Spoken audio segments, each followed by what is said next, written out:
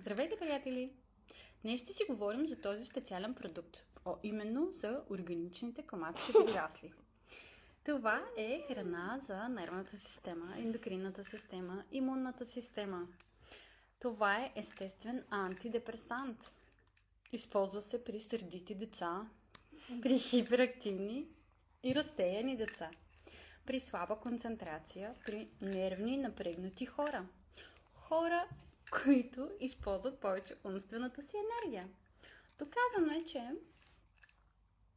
приемът на органични водорасли стимулира освобождаването на стволови клетки в тялото ни, които тялото ни използва там, където всъщност има нужда.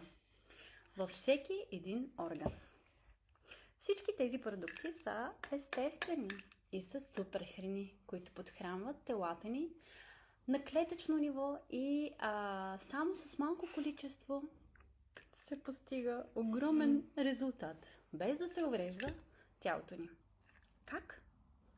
Ами по много естествен начин, защото те са абсолютно чисти и натурални. Те са постигнати само с сушене в специални увреди, без да се нарушава целостта на нашите ценни водорасли.